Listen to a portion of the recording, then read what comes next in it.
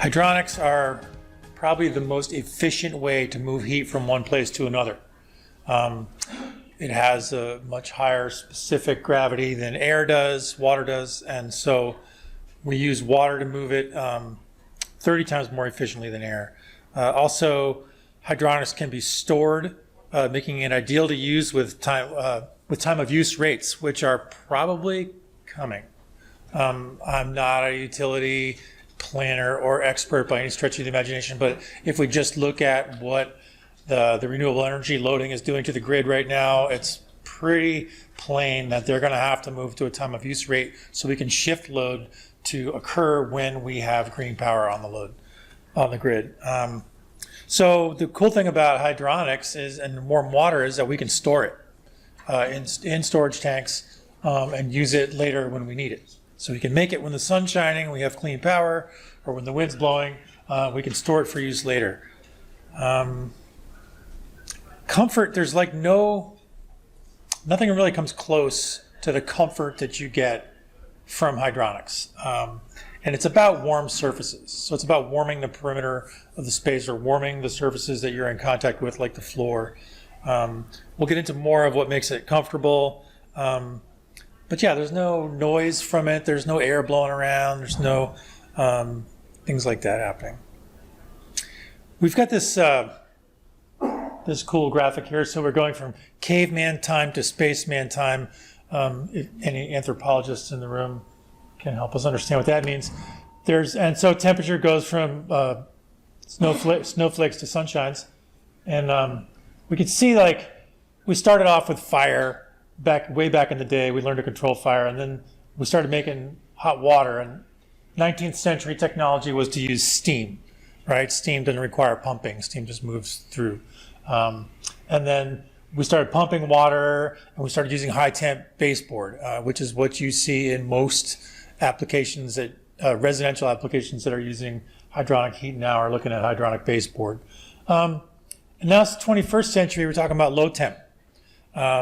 In like the 90 to 120 degree temperature range for supply water moving out to our heat emitters. And we're able to do this by increasing the surface area of our emitters. I mean, obviously, like baseboard has fin coil inside of it, and so there's a certain amount of surface area that the heat can come off of.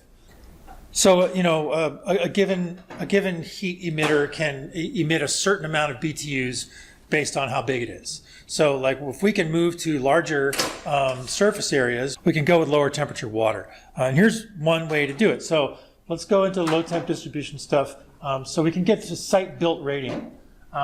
Here's a radiant floor. I think most of us are at least have heard about radiant floors. It can be stapled up under the subfloor. It can be tubes laid down on top with concrete or some other material poured over them.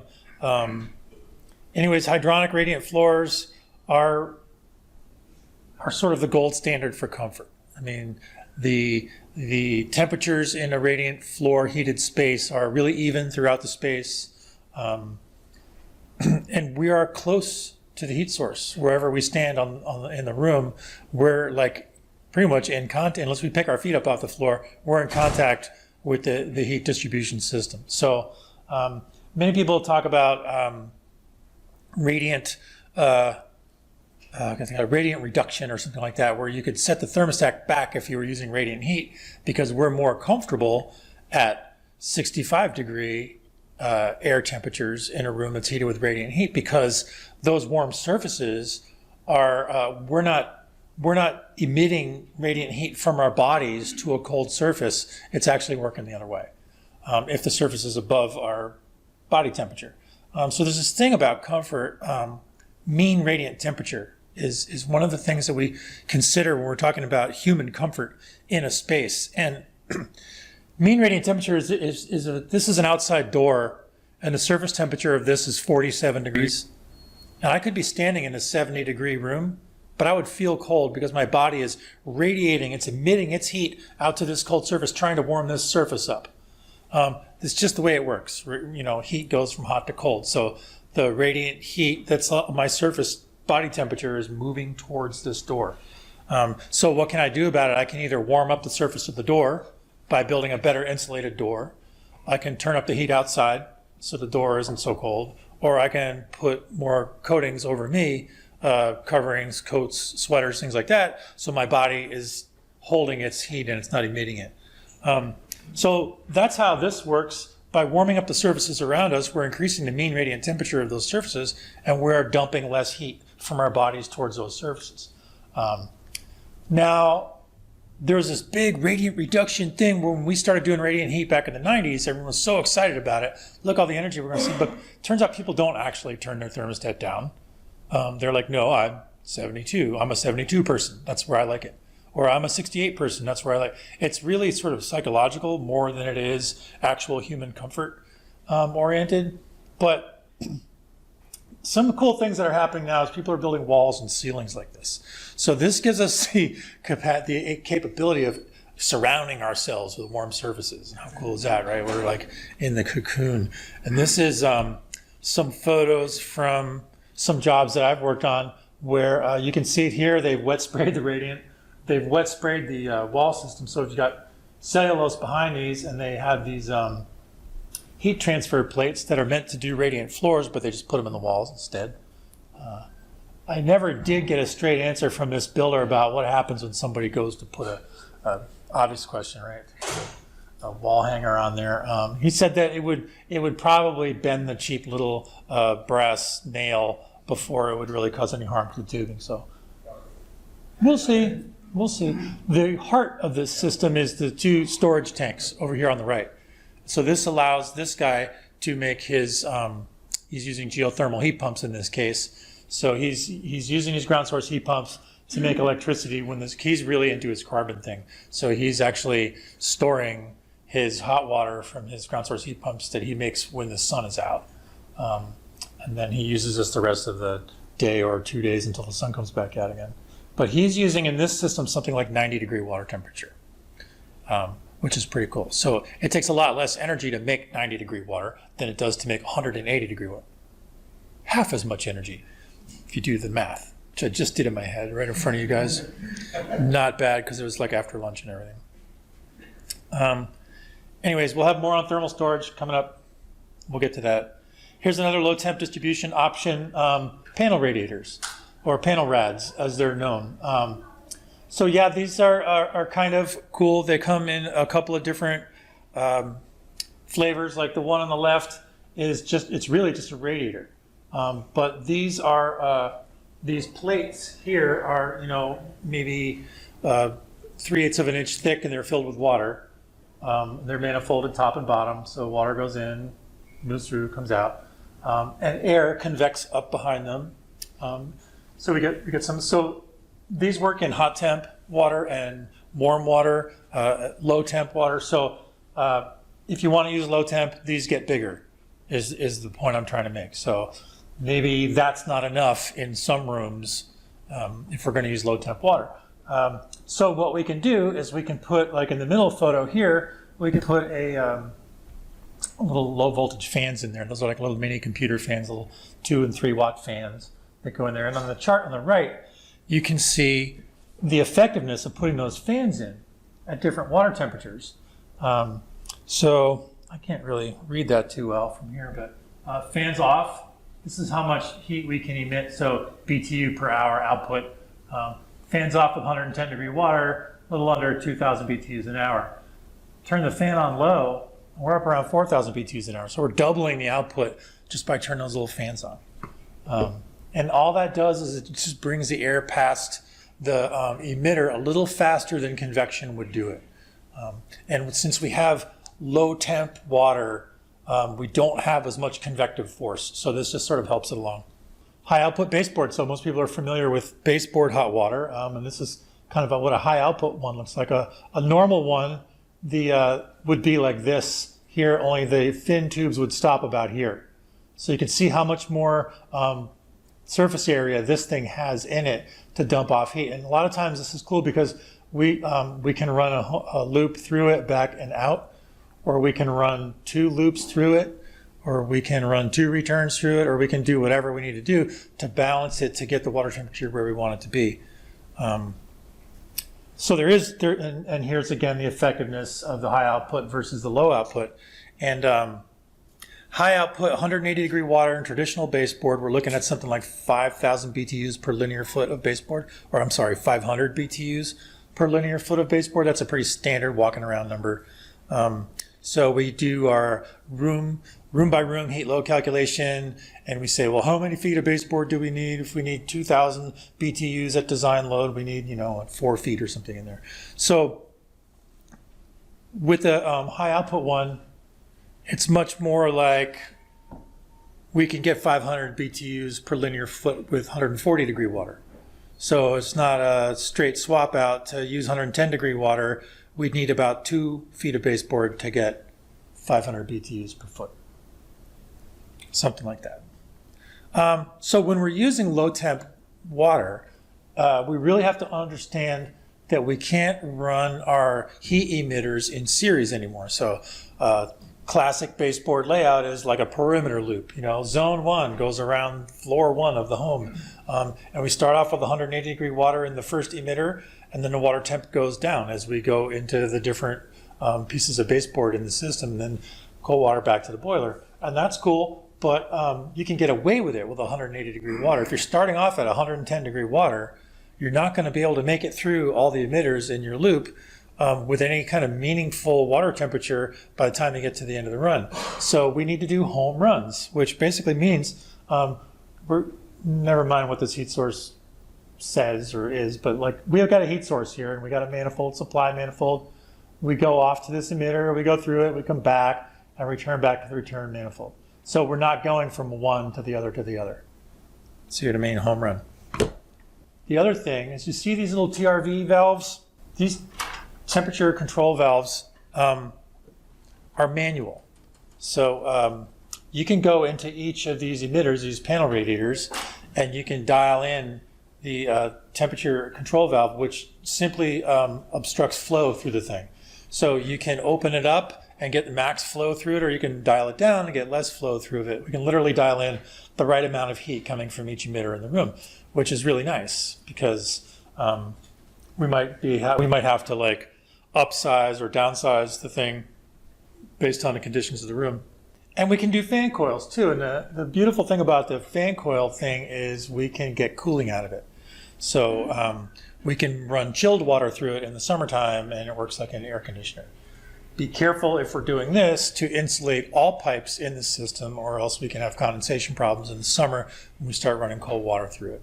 I'm an advocate for insulating all the pipes anyway, but especially true if you're going to do cooling, because there are serious negative consequences to having condensation dripping off pipes that are inside your walls.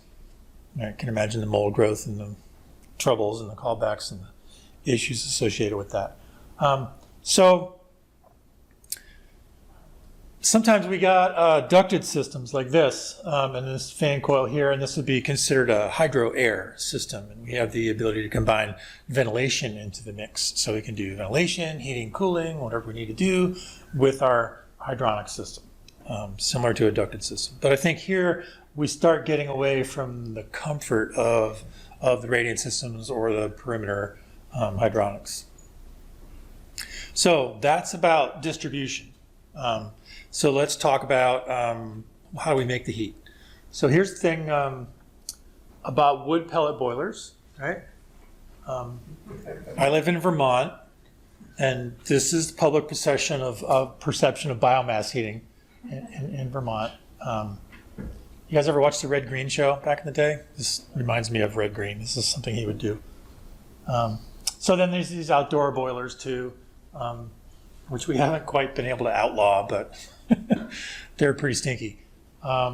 This is not what we're talking about today. I'm just putting it up there to make fun of them. We're talking about this kind of thing. So pellet boilers can use local renewable fuel.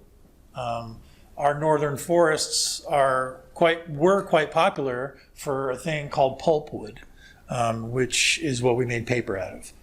Paper mills are closing all over northern forest, New England area. And this would be a way to reinvigorate those things. And we are starting to see that happening now. We have the ability to generate pellets locally, stimulate local economy, put people back into use in the timber industry.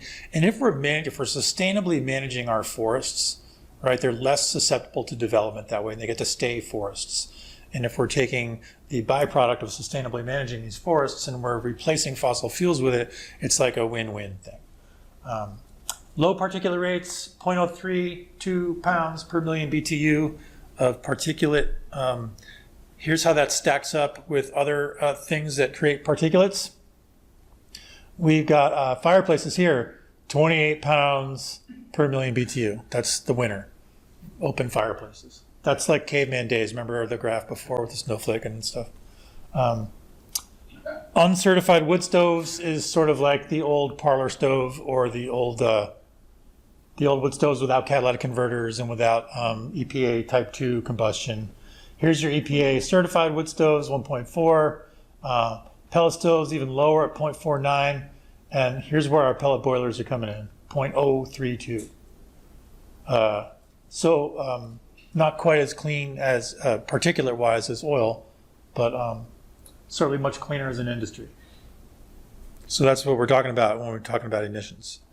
Then there's the price of the fuel. So when we're burning pellets, we have to understand that some of these fossil fuels are super vulnerable to fluctuations in price. So I think the red one is propane, the blue one is oil. The green one is pellets, and that's been rising at a steady 2% per year over the past couple decades. So real steady, real controllable. And this is wood chips here. This is our lowest one. It's flattened right off at $10 per million BTU. And that would be for larger industrial hospitals, universities, schools, things like that, wood chips. But residentially and small commercially, pellets is the way to go. Pellet boilers in particular, because we have that nice hydronic interface. Here's what a modern pellet boiler looks like. So we've got all of this great technology embedded in these things, and most of them come from Europe. Germany in particular is really good at pellet boiler technology. Austria, I think, is sort of the heart of pellet boiler industry in Germany. They these things you might pull one small pan of ashes out of them per month. Again, you do need to clean them. You do need to service them. You need to be on top of them. It's not something you can set it and forget it and just walk away from it and pretend you just have a regular system. You still have to understand that it's a wood burning system. Here's what the delivery and the whole process looks like. And I love this graphic because it makes it look like the pellet system takes up the entire house, and you get to live in this little bitty space underneath the roof. But we need room for storage. So bulk pellet delivery is the way it goes. Nobody's trucking bags of pellets down to the basement to throw them in the boiler. That's sort of old days. So now they come in a truck with a pneumatic delivery hose, a vacuum delivery hose, and they come spilling out of the back of the truck, and they fill up the bin. And then from the bin, we go through an auger that feeds a hopper in the boiler. And then the hopper in the boiler has another auger that goes down into the combustion chamber. It burns, we make hot water, store it in a storage tank, pump it out to our radiators, and use it for domestic hot water and all that. But this is like how the whole system looks. The pellet making, I can't put all my pellet slides in this, but the pellet making stuff is really cool. They squeeze them with high pressure through a thing that has these little holes in it. So they take all these wood chips and sawdust and stuff and jam them through these little holes. And the amount of pressure that it takes it's like Play-Doh. It comes like spitting out of these little spaghetti strings of pellets, and they kind of break into like pellet-sized pieces. The heat created by the pressure that forces it through those little molds is like a binder and keeps the pellets as pellets, and so they don't fall back into sawdust. So there isn't, it's really just the mechanical force of pushing it through there that binds them together. So we talked about thermal storage, and let's talk some more about this. So specifically regarding pellet boilers, the output from the boiler is likely to be much higher than 90 degrees or 120 degrees, or what we're looking for design temperatures. So we're able to store large amounts of this high temperature water and draw out and use the mixing valve to mix it down to the temperature that we want to run through our emitters. This gives us sort of like a battery. We can make the power when we need to and use it when we want to. Also, it improves the combustion efficiency of the pellet boiler by allowing the pellet boiler to run at steady state operation for long periods of time. So we're recommending like a 4-hour burn cycle. So we run the thing for 4 hours, we store up a bunch of hot water, we shut it off for another X period of time until we've used up the hot water. So that works really well. And also we're able to capture the residual heat at boiler shutdown. If you didn't have storage or a buffer tank, you would just be making hot water and using it through your distribution system. And then when the boiler shut off, everything just stops where it is and just sort of like escapes where it is. This allows us to keep pumping it into the storage tank until we've captured it all. So just another way to get a few other percentage points in efficiency there. Can dip into that and use it for other sources like domestic hot water, what have you. How big are those storage systems? Well, it depends. So, standard answer. They can be typical is maybe 120 gallons. They have much bigger ones, 300 and something gallons. They have collapsible tanks that can be brought into down through the bulkhead into the basement and opened up and filled and insulated. So there's a number of ways to go about it. The one I showed you had two 80-gallon storage tanks working in series. So here there are, again, the alternative energy credits are worth money in a system like this. We can get 50% reduction in greenhouse gas over a 30-year period. There's a little graphic about how the cycle works over there. Mass CEC rebates up to 12 grand. I'm not that familiar with what's happening for rebates down here. I'm from Vermont and we have our own thing going on up there, but $12,000 is pretty nice. It might be a $20,000 system. So it's a pretty reasonable chunk of the pie there. So recap, it's renewable, local economy. The low electrical load makes it a nice combo for solar plus storage to supply heating when the power's out. So if you have a little bit of storage, all you got to do is run some pumps. Maybe 40-watt pumps or something like that. Not a ton. So it's not like having to run a heat pump off of your battery storage. It's just much more congenial to a system like that. Integration with solar thermal. So solar thermal means solar hot water for domestic hot water. So that would work great in the summertime. While this works great in the wintertime, you don't want to run it in the summer because it's a big pellet boiler. So to offset it with solar thermal in the summer makes great sense. Another way to make hot water, low temp hot water, is with heat pumps, right? So here's an air to water heat pump in Vermont, working great all winter long. This serves a radiant slab in a Habitat for Humanity passive house in Rutland, Vermont. Again, they're quiet, they're zonable, they do everything a boiler can do except make water 180 degrees. So these things are going to cap out at about 130 degrees, and the COP, the coefficient of performance, gets better as we lower our supply water temperature. They have to work less hard to make lower temperature heat. It's not a new technology. So as of 2014, there were 1.74 million of these things worldwide, a lot of them in Asia and in Europe. They're doing this everywhere else except here. And I'm having a really hard time getting my HVAC market to move on this measure. We're at Efficiency Vermont, we're offering great rebates for this. There's lots of technical support. We're bringing in manufacturers to do trainings, and all the heating contractors are like going, yeah, you go first, go ahead. Right behind you. So they're worried about it. And one of the reasons, I'll get into some of the reasons for that. You can do domestic hot water with it. Again, these things are going to need a buffer tank. It's not like you want to go straight from this into your emitters. Is it a similar situation where you need home runs? Or, Low temp hydronics, if you're going to use panel radiators, you're going to want home runs. Yep. okay. So again, they operate on electricity, variable output. So if we're doing a solar net zero house, this would be a nice setup. You can do cooling, but again, it's complicated. You don't want to do cooling with your radiant floors because we've got a real condensation danger there. Now, anybody in this room a proponent of that? Some people are, and I respect that, and I get it. And yes, scientifically possible to manage the relative humidity in the building to the point where you can do cooling with your radiant floors.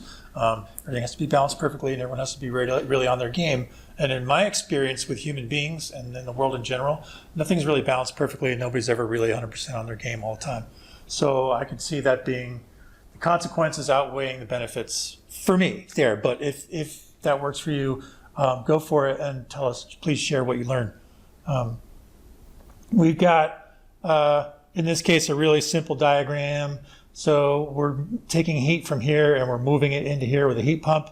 It goes into this buffer tank, and from the buffer tank, it goes out to the floor and to the emitters upstairs and to the domestic hot water. So we're doing everything with this. Again, we talked about cooling, and you can do that with those air handling units, like I talked about, running chilled water through a wall unit. You can do cooling that way, and that's cool, but you can't do your domestic hot water at the same time you're doing your cooling, because this system, unlike a VRF system, is not capable of heating and cooling at the same time. So it's a reverse cycle chiller. So it's making hot water or it's making cold water, one or the other. It's not doing both at the same time. And remember, we got that buffer tank we need to charge. So it's probably going to take a while to turn a buffer tank with 130 degree water into it into a buffer tank with 50 degree water into it. So it's not you can't do both, but you can do either. So there's two flavors here. There's what we call the monoblock and what we call the split system. So with air to water heat pumps, the monoblock, I guess, would be the unit on the left. So this is where our water line comes in cold and it goes out hot. So we're running water or a glycol loop from inside the building out to the outdoor unit. And the outdoor unit is where all the refrigerant is. So you only need to be a refrigerant tech if you're going to work on the refrigerant in the outdoor unit. All the stuff indoors is just plumbing. Right, so that's cool because people know how to do that and don't need special licenses for it. With the split system on the right, we're running refrigerant inside to a hydro converter. So then that's where we turn hot refrigerant into hot water. So in this case, you do need to run refrigerant lines inside, but the benefit to that is that there's no pumping energy to pump that refrigerant through to inside. So we don't need to pump a glycol loop. We don't need to maintain a glycol loop. We don't need to worry about the glycol getting worn down and the thing freezing up, that kind of stuff. So there are some benefits to both sides of the systems I'm seeing going in Vermont now. They've been, both of these. We've seen both being installed. More recently, I'm seeing people go for the split system. I guess I already went through the pros and cons on this. Let's do it again. No field refrigerant. No, let's not do it again. I think we pretty much covered that. So for the split system, it's also going to take up a little more internal space because you have that hydro converter unit. That can be done in a buffer tank. Some of them sell specialized storage tanks that have the refrigerant conversion coils in it. Here's how they perform, and I think this is a good chart because it shows us some different conditions based on supply water temp. So supply water temp and outdoor ambient, meaning outdoor temp. So at 110 degrees, minus 5 degrees outside, we got a COP of 2.30, and we can produce this many BTUs an hour. You can see the COP go up when it gets warmer outside and the capacity go up when it gets warmer outside, just like any heat pump, right? You're gonna have better COP, better capacity as you're doing a heating in warmer weather. When you start messing around with higher water temperatures, we see the COPs going down, right? Down to 1.86 from 2.3. The BTUs went up a little bit. That's cool. But the COPs kind of go down. You can really pay for it with COP by doing higher temperature water because you're making it work harder. You know, think about it that way. Okay, thanks. Air to water. You can do cooling again, insulate those pipes. Radiant cooling, you got to do whole house dehumidification. You need a good program for that. It needs to work flawlessly. Fan coils are probably the best way to do cooling with it.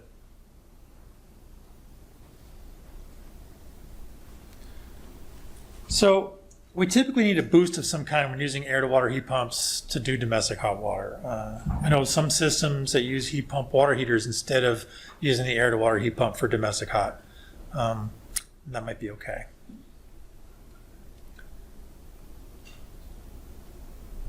So people aren't really aware. I mean, I know I'm seeing people go, oh, that's interesting.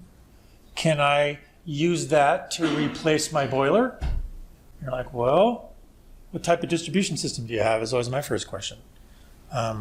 People get really excited about this because they like their boiler. They like the heat all around them. They like that stuff. But if it doesn't work, if it's not going to work and they have to replace their perimeter baseboard with home run low temp emitters, that's a big job, expensive job, messy job.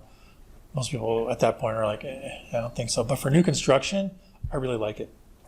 I really like it in new construction with a radiant floor or radiant slab on the first floor level and a couple of high wall units in the bedrooms upstairs. I think that's a great system. Again, here's some manufacturers here. This Nordic is the only split system I'm aware of. The Space Pack Solstice Extreme is a monoblock system, but they say they're coming out with a split system next year. So we're all looking forward to that. Daikin was actually the originator with air-to-water heat pumps in the U.S., and they still do it elsewhere, but they're not currently doing it here. But look for them to come back with a product on the market at some point pretty soon. Again, contractors are pretty familiar with all the parts except that outdoor unit. Like once you get inside and you start running hydronic heat, it's like they all know the drill there. That's just hydronics. It's pretty simple, water moving through pipes. Not to diminish the fact that it is more complicated than just water running through pipes, but people know how to do that. Here's what I would say, like, if you plan for air to water from the beginning, that's your best route for success. It is hard to retrofit these systems. A colleague of mine, a coworker of mine, just put a Nordic system in his house, and he had a radiant heat radiant slab on grade for his whole first floor, and he had baseboard hot water upstairs, and he tore out the baseboard hot water and put in low temp emitters on home runs, and it was a lot more work and cost him a lot more money than he thought it was going to. He said, well, it won't be too bad. We'll do this, we'll do that. He had a plan in place. And of course, once you start tearing into things and trying a project like that, it's like, oh yeah, we can't do plan A or plan B, or we got to go to plan B. And again, the low temp is going to future-proof. I think like most of the stuff coming down the road in the future, including the pellet boilers and the air-to-water heat pumps and all that stuff, is going to be kind of low temp oriented. I think we're going to start seeing people move away from higher temp hydronic distribution. So another source would be the ground source heat pumps. So geothermal is different actually than ground source, although we all call it geothermal, and me included, and you'll probably hear me already said geothermal 3 or 4 times today. But we're really talking about ground source. Geothermal means like this. Was it a volcano? I was going to say a hurricane. I need another sandwich. So that would be like you would just be extracting heat directly out of the ground, and you don't have to do anything to it. It's already probably hotter than you can bear. With ground sourced, we're just talking about the heat that's in the ground, maybe 45, 50 degrees, which is great for a heat pump to start at 50 degrees versus starting at 0 degrees. So there are benefits to doing this. It's a little more expensive, the ground source is. The heat pump technology are here. We've been doing this. It's an established industry. Everyone gets it. There are, apparently I've been told, there are fabulous rebates in Massachusetts, and so don't talk about how expensive it is because it's really not the most expensive option anymore. It's still expensive to do it. You just have to get all the rebates. Oh, the joke is volcano. Sorry, gotta look at my notes more. So here's a measurement of heat pump performance. The little Pac-Man guys here. So proportional BTUs per dollar. So propane has this many BTUs per dollar, but because we're only doing 90% efficiency, there's that slice of it missing. Oil has a bigger piece missing because we can only get to 85% efficient there. Air source heat pumps are more BTUs per dollar available, and geothermal is the biggest one at the end of the pack, with more BTUs available. Seasonal COPs of 4.2. That's great. That probably doesn't include pumping energy. One thing we have to be aware of when we start talking about geothermal is there's the theoretical COP, the amount of heat we can get out of it based on the amount of heat we put into it, and that's great. But to put the heat into it, we have to pump water through thousands of feet of pipe outside and then into the house. So all that pumping energy is going to lower that COP down a little bit.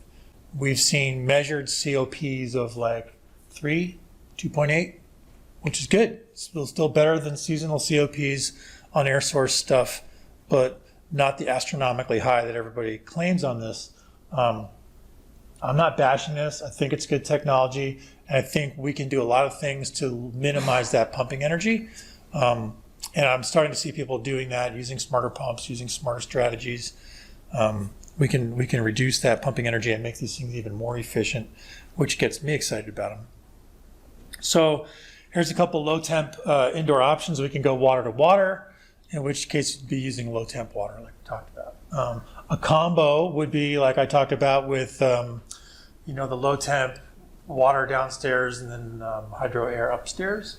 And then the hydro air on the right, the water to air on the right, with much higher COPs.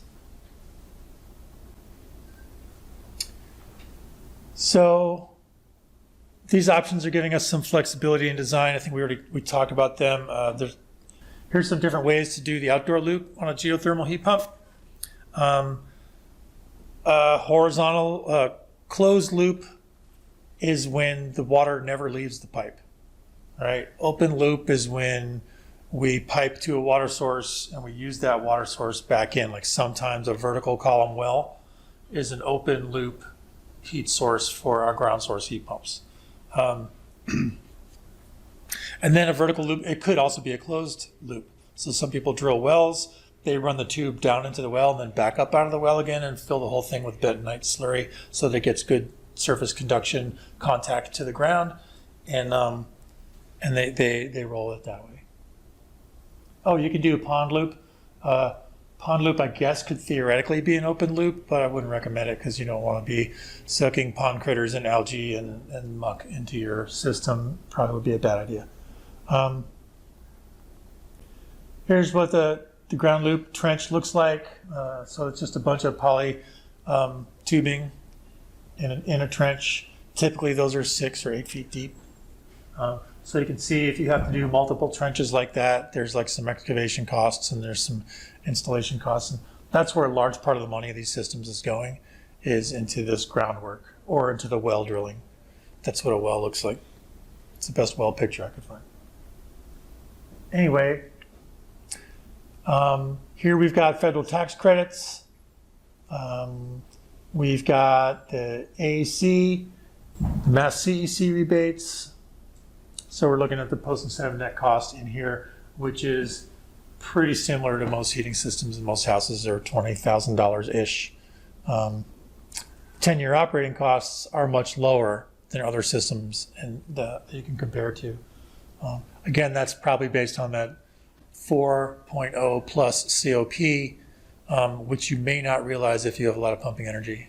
So emissions are lowest with this because we have the highest COP, right? So we're going to have the lowest amount of carbon emissions. I guess that makes sense. But anyways, here it is compared to fossil fuel use, and that's pretty awesome.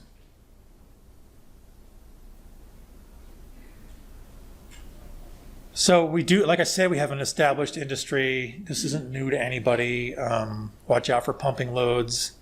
Oversized pumps are common. That's where, getting the right size pumps makes a big difference, the right engineering, and careful distribution. Let's really match it to the right amount of distribution for the home.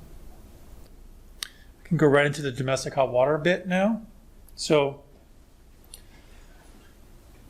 conventional domestic hot water is pretty easy to replace with heat pump water heaters, with split heat pump water heaters. We can use drain water heat recovery, which I'm going to talk to you about, and solar thermal. So heat pump water heaters are these things. It's a tank. It's an electric water heater tank with a heat pump on top of it. And it's becoming the industry standard for electric water heaters. If you want to get an electric Energy Star water heater, it's going to be this. So real world performance around 2.1. A lot of them are rated for COPs of like 3.3, 3.5. And they're saying the real world is around 2.1. I don't know. I see it possible, but also I see it possible to get much higher COPs. So the inlet water temperature has a huge impact. So we want to make sure we're combining this water heating with some way to recapture some of the wastewater, the heat in the drain water going down the drain. If you have a low load home, and it's not just in low load homes, but they do take heat from the space. So that heat pump on top of that water heater takes heat from the room that it's in and puts it into the hot water in a tank. And then off the back side of that heat pump is blowing cool, dry air. So it has a nice dehumidification effect in a basement. It can help. It will also cool that space off a little bit. If it's in a traditional boiler room or a furnace room where there's a lot of waste heat anyway, it's an awesome way to take that waste heat and use it at very little energy penalty. Especially if we can offset a dehumidifier with it, that's the good one. In a closet, they will also cool their space down. Because they're blowing cool, dry air off the back of it, they'll bring the air temperature down in that closet. So if we're going to put it in a closet, we need to have a way to move air through that closet from the rest of the house. And I don't have a picture of one here, but the newer ones have, some of them have ducting capabilities. So for the one that I just put into my house, I'm ducting air from the adjacent room that has a wood stove and a heat pump in it, bringing it into the water heater closet, and it seems to be working fine. You can also eject that cold air to outdoors if you want. I'm not sure how I feel about this, but I did see a really cool installation where they have a duct on the inlet and the outlet of the heat pump on their water heater, and they're taking the inlet air from the bathroom and they're moving it through. So warm, moist air from the bathroom, they're moving it through and they're moving it to outdoors. So they're using it for their bath fan. It seems to be pretty effective. They're getting good COPs with it. I don't know. They're depressurizing our house probably. These things move like 150 CFM. So maybe it's doing that. Maybe, I don't know. We'll see. But I like it when people do interesting things and they're trying to break new ground. There's the Sandon. So this, instead of having the heat pump on top of the water heater here, they put it outside. So it looks more like a mini split heat pump. These things use a CO2 refrigerant. Refrigerants, oh boy. So refrigerants now, R410A is a greenhouse gas, is a very potent greenhouse gas. So something like a couple thousand times as potent as CO2 in terms of trapping heat in our environment and in our atmosphere. And CO2 has a CO2 equivalent of 1 because it's CO2. But it's a great way. All of those refrigerants eventually, unless they're reclaimed and dealt with, they're going to leak at some point. And leaking into the atmosphere is really common. We have large refrigerant systems in like warehouses and refrigerators and stuff.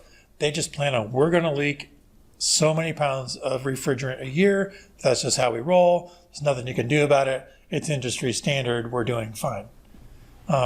So leak detection and leak prevention is huge in terms of environmental responsibility.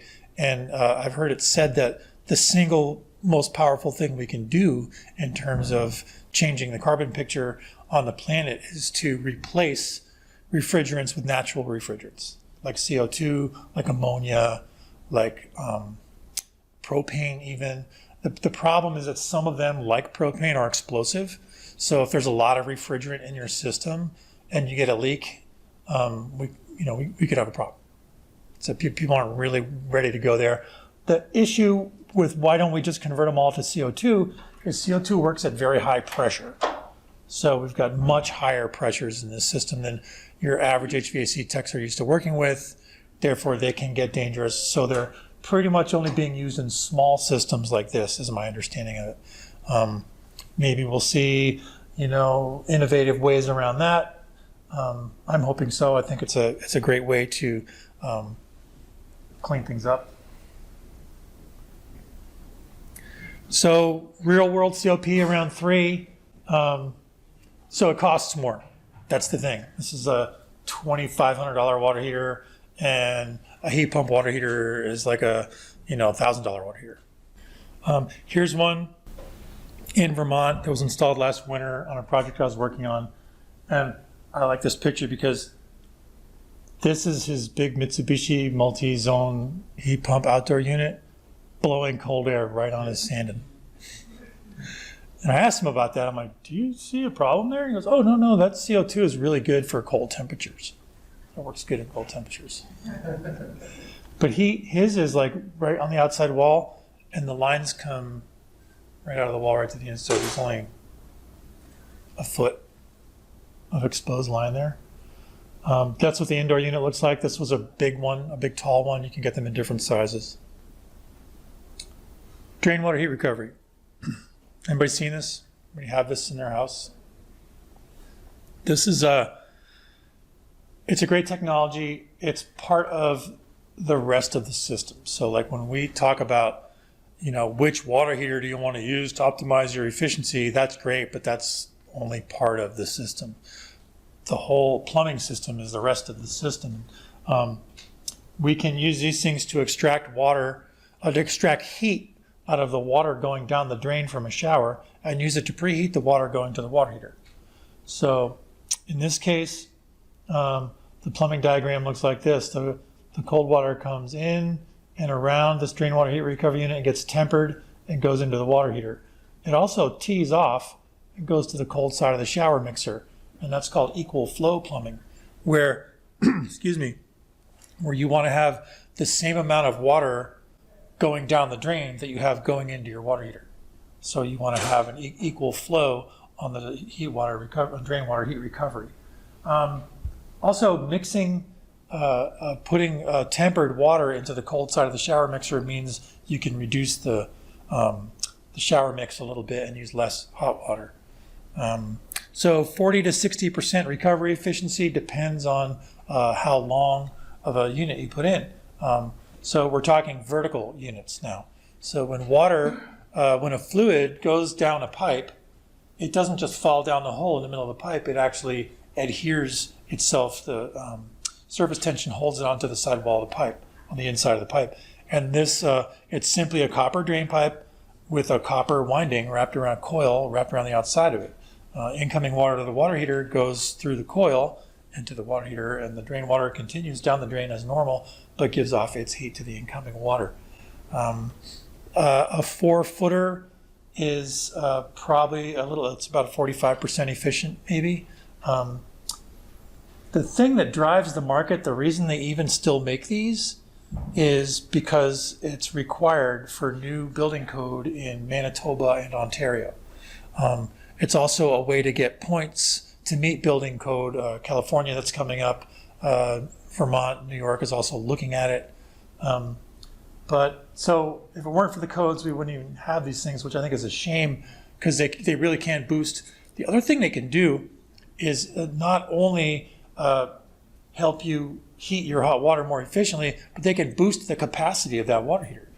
So if I'm going to replace my water heater with a heat pump water heater, and I have a 80-gallon water heater, I might be okay with a 65-gallon or a 50-gallon water heater because I'm going to be using less hot water. I'm going to increase the capacity of my water. So they're doing that, and also in the case of a heat pump water heater, there's going to be reduced runtime on the water heater, so less of that parasitic loading on the house, less cooling of the house due to water heating. So I thought I would give you a couple slides.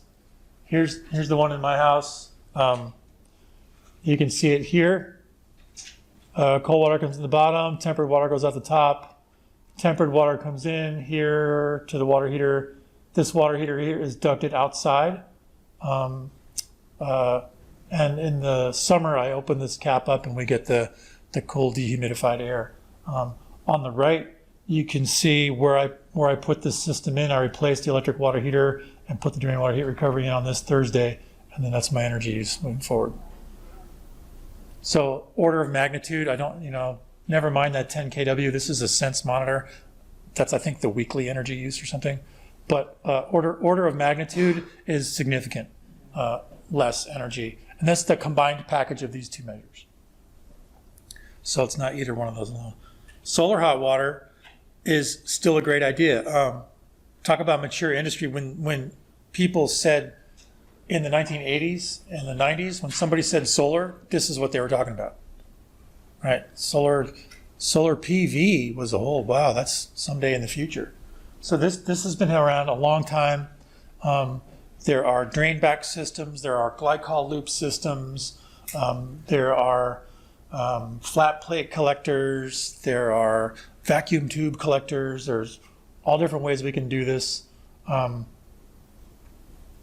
They are efficient, they work well. A backup electric element in the storage tank is your backup system.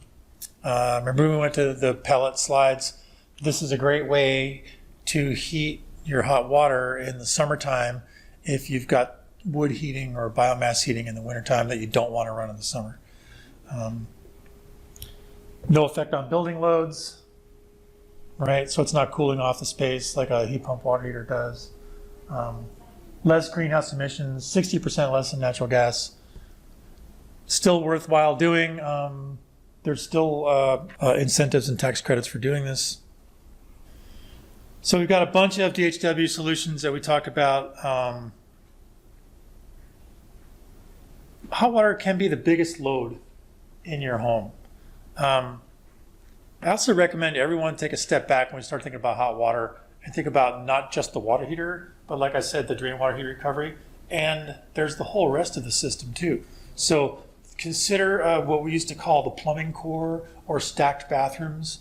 So keeping all of the plumbing in one area of your home, so that that this bathroom is on top of this bathroom, and these two bathrooms are back to back, and the kitchen's on the other side of that wall there. So everything is sort of in a plumbing core. And then when we turn on a tap to get hot water is readily available. It doesn't have to go from way over there in the basement to way up there in the master bedroom if we think it through carefully. If it's part of a well-designed building, and if this is one of the design goals of the building is to shorten the plumbing runs and reduce the size of the plumbing core, we can easily get another 50% of our energy efficiency from the plumbing system itself. So it's not just, if we do the drain water heat recovery, we do the stacked bathrooms with a short plumbing core, we do low flow fixtures, Those three things are equally as effective as a heat pump water heater or a solar water heater or any other thing we can do. So if we're talking new construction, we're crazy to overlook that. And yet, boy, do we ever overlook it. You've been in a new house recently, and it's like the bathrooms are there, and well, let's put another one way over there because we wouldn't want to walk way over there to the bathroom. I just put one in the middle, But anyways, we're victims of our own convenience sometimes. I'm sort of off on a tangent, but don't overlook the impact that you can get from the plumbing system as well. I think that's really important. Specifying water sense fixtures, low flow fixtures, typically doesn't cost any more. You're not adding cost to your building doing that.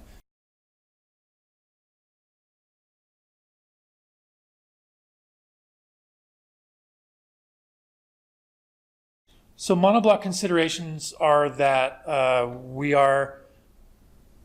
there's pros and cons, right? And I think the pros are that like all the refrigeration happens in the outdoor unit. Anything goes wrong with that system, we can take it back to the shop and bring it back out and fix it. We don't need refrigeration techs inside the building. We don't need to run refrigeration in the building. There's no, the downside is that we use a little bit of extra pumping energy to pump the glycol loop out there. We have maintenance of a glycol loop that we need to continually refresh and top off, make sure that glycol is up to par. Those are some of the considerations around using the monoblock versus the split system. You need a heat exchanger. You need another heat exchanger. Sometimes we can use the buffer tank for that, like put the coil in the buffer tank.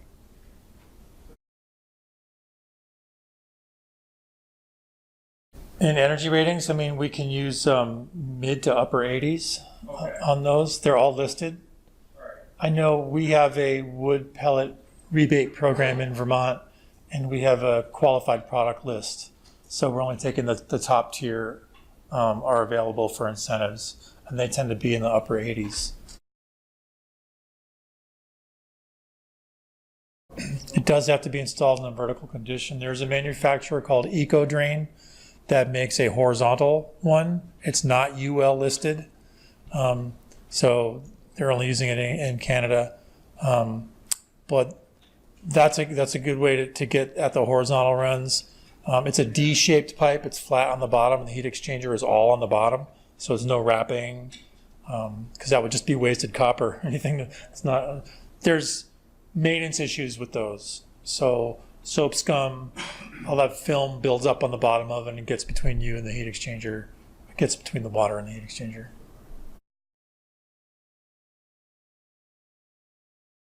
Nope, that's just gravity moving water down the drain. And yeah, I mean, well, your cold water feed will be under pressure, so that's pumped at the street or at the well.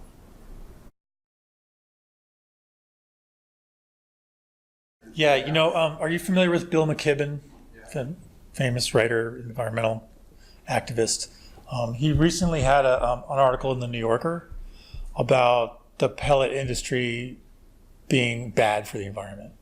And I believe what he was talking about was like in some parts of the country, they are basically clear cutting and chewing trees up and turning them into pellets and shipping those pellets overseas to burn in Europe. In other parts of the world. So that is sort of not the model for the sustainable pellet industry that I've outlined. And I would be really careful to put some kind of regulation in place to make sure that that's not what we're doing when we're talking about pellets.